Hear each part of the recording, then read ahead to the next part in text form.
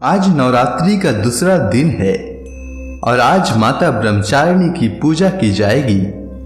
साथ ही नवरात्रि में दुर्गा सप्तशती के सभी अध्याय अवश्य पढ़ना या सुनना चाहिए। इसीलिए आज मैं आपके लिए दुर्गा सप्तशती के प्रथम अध्याय के बाद द्वितीय अध्याय लेकर आया हूं। तो चलिए सुनते हैं दुर्गा सप्तशती का दूसरा अध्याय।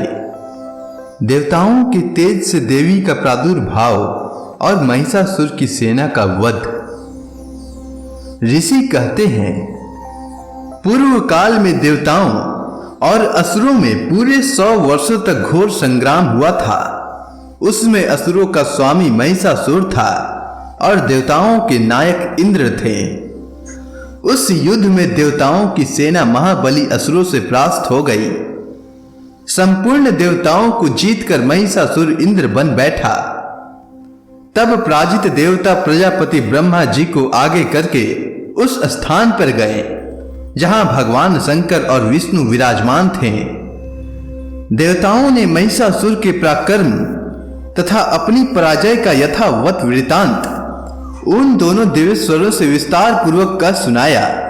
वे बोले, भगवान, महिषासुर सूर्य, इंद्र, अग्नि, वायु, चंद्रमा, यम, वरुण तथा अन्य देवताओं के भी अधिकार छीनकर स्वयं ही सबका अधिष्ठाता बन बैठा है। उस दुरात्मा महिष ने समस्त देवताओं को स्वर्ग से निकाल दिया है। अब वे मनुष्यों की भांति पृथ्वी पर विचरते हैं। दैत्यों की यह सारी करतूत हमने आप लोगों से कह सुनाई। अब हम आपकी ही शरण में आए हैं। उसके वध का कोई उपाय सोचिए। इस प्रकार देवताओं के वचन सुनकर भगवान विष्णु और शिव ने दैत्यों पर बड़ा क्रोध किया। उनकी भौवें तन गई और मुंह टेढ़ा हो गया। तब अत्यंत कोप से भरे हुए चक्रपाणी श्री विष्णु के मुख से एक महान तेज प्रकट हुआ। इसी प्रकार ब्रह्मा, शंकर तथा इंद्र आदि अनन्य देवताओं के शरीर से भी बड़ा भारी तेज निकला। वह सब मिलकर एक हो गया। महान तेज का वह पुंज जाज्वल्यमान पर्वत सा जान पड़ा। देवताओं ने देखा, वहां उनकी ज्वालाएं संपूर्ण दिशाओं में व्याप्त हो रही थी। संपूर्ण देवताओं के शरीर से प्रकट हुए उस तेज की कहीं तुलना नहीं थी।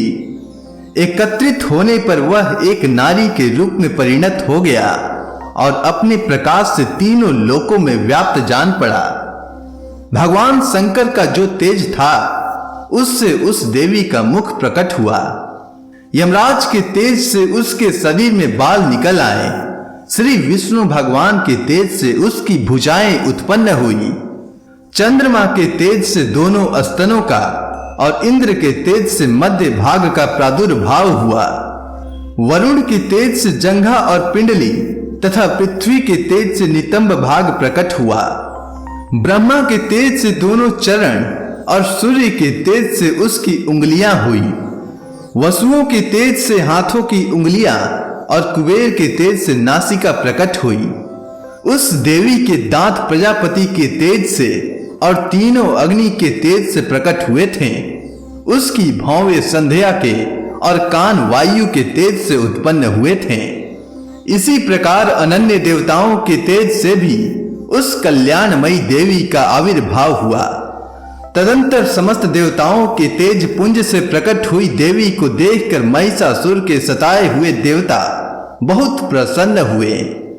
पिनाकधारी भगवान शंकर ने अपने शूल से एक शूल निकालकर उन्हें दिया। फिर भगवान विष्णु ने भी अपने चक्र से चक्र उत्पन्न करके भगवती को अर्पण किया। वरुण ने भी शंख भेंट किया। अग्नि ने उन्हें शक्ति दी और वायु ने धनुष तथा बाण से भरे हुए 2 तरकस प्रदान किए। सहस्त्र नेत्रों वाले देवराज इंद्र ने अपने वज्र से वज्र उत्पन्न करके दिया और ऐरावत हाथी से उतारकर 1 घंटा भी प्रदान किया। यमराज ने काल दंड से दंड, वरुण ने पास, प्रजापति ने स्फटिकाक्ष की माला तथा ब्रह्मा जी ने कमंडलू भेंट किया। सूर्य ने देवी के समस्त रोम कूपों में अपनी किरणों का तेज भर दिया। काल ने उन्हें चमकती हुई ढाल तथा तलवार दी। क्षीर सागर ने उज्जवल हार तथा कभी जीर्ण न होने वाले 2 दिव्य वस्त्र भेंट दिए। साथ ही उन्होंने दिव्य चूड़ामणि, 2 कमंडल, कड़े, उज्जवल अर्धचंद्र, सब बाहुओं के लिए केयूर, दोनों चरणों के लिए निर्मल नुपुर, गले की सुंदर हंसुली और सब उंगलियों में पहनने के लिए रत्नों की बनी हुई अंगूठियां भी दी। विश्वकर्मा ने उन्हें अत्यंत निर्मल फरसा भेंट किया। साथ ही अनेक प्रकार के अस्त्र और अभेद कवच दिए। इसके सिवा मस्तक और वक्ष स्थल पर धारण करने के लिए कभी न कुम्हलाने वाले कमलों की मालाएं दी। जलधि ने उन्हें सुंदर कमल का फूल भेंट किया। हिमालय ने सवारी के लिए सिंह तथा भांति भांति के रत्न समर्पित किए। धनाध्यक्ष कुबेर ने मधु से भरा पान पात्र दिया तथा संपूर्ण नागों के राजा शेष ने, जो इस पृथ्वी को धारण करते हैं, उन्हें बहुमूल्य मणियों से विभूषित नागहार भेंट दिया। इसी प्रकार अन्य देवताओं ने भी आभूषण और अस्त्र शस्त्र देकर देवी का सम्मान किया। तत्पश्चात उन्होंने बारंबार अट्टहास पूर्वक उच्च स्वर में गर्जना की। उनके भयंकर नाद से संपूर्ण आकाश गूंज उठा। देवी का वह अत्यंत उच्च स्वर से किया हुआ सिंहनाद कहीं समा न सका। आकाश उसके सामने लघु प्रतीत होने लगा। उससे बड़े जोर की प्रतिध्वनि हुई, जिससे संपूर्ण विश्व में हलचल मच गई और समुद्र कांप उठे। पृथ्वी डोलने लगी और समस्त पर्वत हिलने लगे। उस समय देवताओं ने अत्यंत प्रसन्नता के साथ सिंह वाहिनी भवानी से कहा, देवी तुम्हारी जय हो। साथ ही महर्षियों ने भक्ति भाव से विनम्र होकर उनका स्तवन किया। संपूर्ण त्रिलोकी को शोकग्रस्त देख दैत्य गण अपनी समस्त सेना को कवच आदि से सुसज्जित किया। हाथों में हथियार ले सहसा उठकर खड़े हो गए। उस समय महिषासुर ने बड़े क्रोध में आकर कहा, आह, यह क्या हो रहा है? फिर वह संपूर्ण असुरों से घिरकर उस सिंहनाद की ओर लक्ष्य करके दौड़ा और आगे पहुंचकर उसने देवी को देखा, जो अपनी प्रभा से तीनों लोकों को प्रकाशित कर रही थी। उनके चरणों के भार से पृथ्वी दबी जा रही थी। माथे के मुकुट से आकाश में रेखा सी खींच रही थी तथा वे अपने धनुष की टंकार से सातों पातालों को शुद्ध किए देती थी। देवी अपनी हजारों भुजाओं से संपूर्ण दिशाओं को आच्छादित करके खड़ी थी। तदंतर उनके साथ दैत्यों का युद्ध छिड़ गया। नाना प्रकार के अस्त्र शस्त्रों के प्रहार से संपूर्ण दिशाएं उपदासित होने लगी। चिक्षुर नामक महान असुर महिषासुर का सेना नायक था। वह देवी के साथ युद्ध करने लगा। अन्य दैत्यों की चतुरांगिणी सेना साथ लेकर चामर भी लड़ने लगा। 60,000 रथियों के साथ आकर उदग्र नामक महादैत्य ने लोहा लिया। 1 करोड़ रथियों को साथ लेकर महाहनु नामक दैत्य युद्ध करने लगा, जिसके रोए तलवार के समान तीखे थे। वह असीलोमा नाम का महादैत्य 5 करोड़ रथी सैनिकों सहित युद्ध में आ डटा। 60 लाख रथियों से घिरा हुआ बास्कल नामक दैत्य भी उस युद्ध भूमि में लड़ने लगा। पारिवारित नामक राक्षस हाथी सवार और घुड़सवारों के अनेक दलों तथा 1 करोड़ रथियों की सेना लेकर युद्ध करने लगा। बिडाल नामक दैत्य 5,000 रथियों से घिरकर लोहा लेने लगा। इसके अतिरिक्त और भी हजारों महादैत्य रथ, हाथी और घोड़ों की सेना साथ लेकर वहां देवी के साथ युद्ध करने लगे।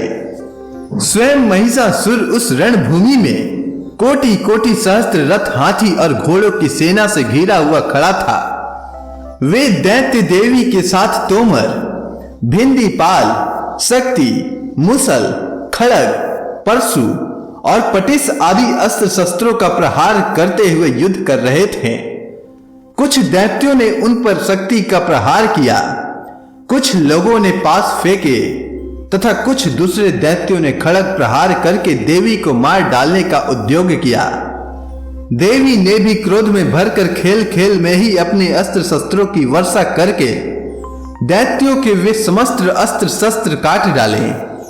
उनके मुख पर परिश्रम या थकावट का रज मात्र भी चिन्ह नहीं था। देवता और ऋषि उनकी स्तुति करते थे और वे भगवती परमेश्वरी दैत्यों के शरीरों पर अस्त्र शस्त्रों की वर्षा करती रही। देवी का वाहन सिंह भी क्रोध में भरकर गर्दन के बालों को हिलाता हुआ असुरों की सेना में इस प्रकार विचरने लगा, मानो वनों में दावा नल फैल रहा हो। रणभूमि में दैत्यों के साथ युद्ध करती हुई अंबिका देवी ने जितने निश्वास छोड़े, वे सभी तत्काल सैकड़ों हजारों गणों के रूप में प्रकट हो गए और परशु, भिंदीपाल, खड़ग तथा पटिस आदि अस्त्रों द्वारा असुरों का सामना करने लगे।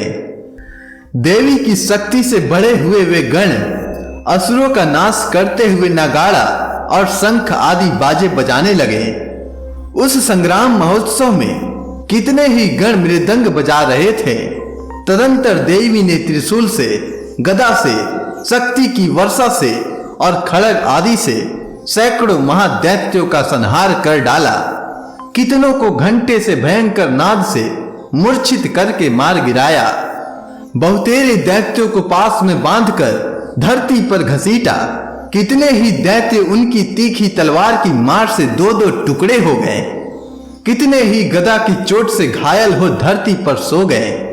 कितने ही मुसल की मार से अत्यंत आहत होकर रक्त वमन करने लगे।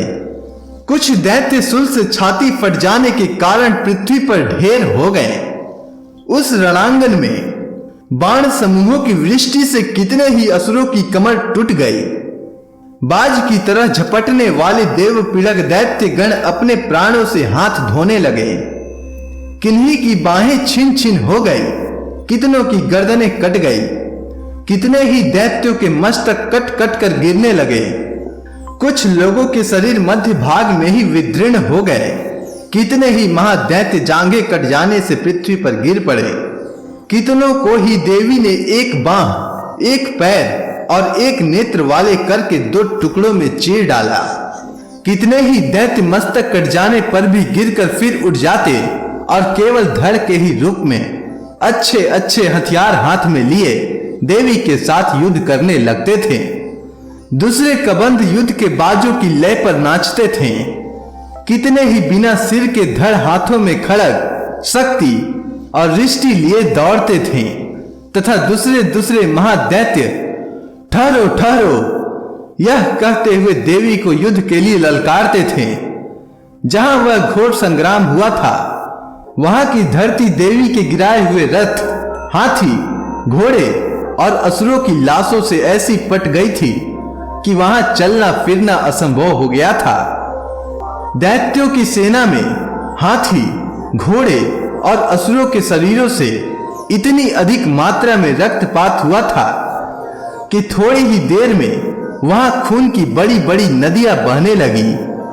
जगदम्बा ने असुरों की विशाल सेना को क्षण भर में नष्ट कर दिया। ठीक उसी तरह जैसे तृण और कांट के भारी ढेर को आग कुछ ही क्षणों में भस्म कर देती है, और वह सिंह भी गर्दन के बालों को हिला हिलाकर जोर जोर से गर्जना करता हुआ दैत्यों के शरीर से मानो उनके प्राण चुने लेता था। वहां के गणों ने भी उन महादैत्यों के साथ ऐसा युद्ध किया जिससे आकाश में खड़े हुए देवता गण उन पर बहुत संतुष्ट हुए और फूल बरसाने लगे। इस प्रकार श्री मार्कंडे पुराण में सावर्णिक मनवंतर की कथा के अंतर्गत देवी महात्म्य महिषासुर की सेना का वध नामक दूसरा अध्याय पूरा हुआ।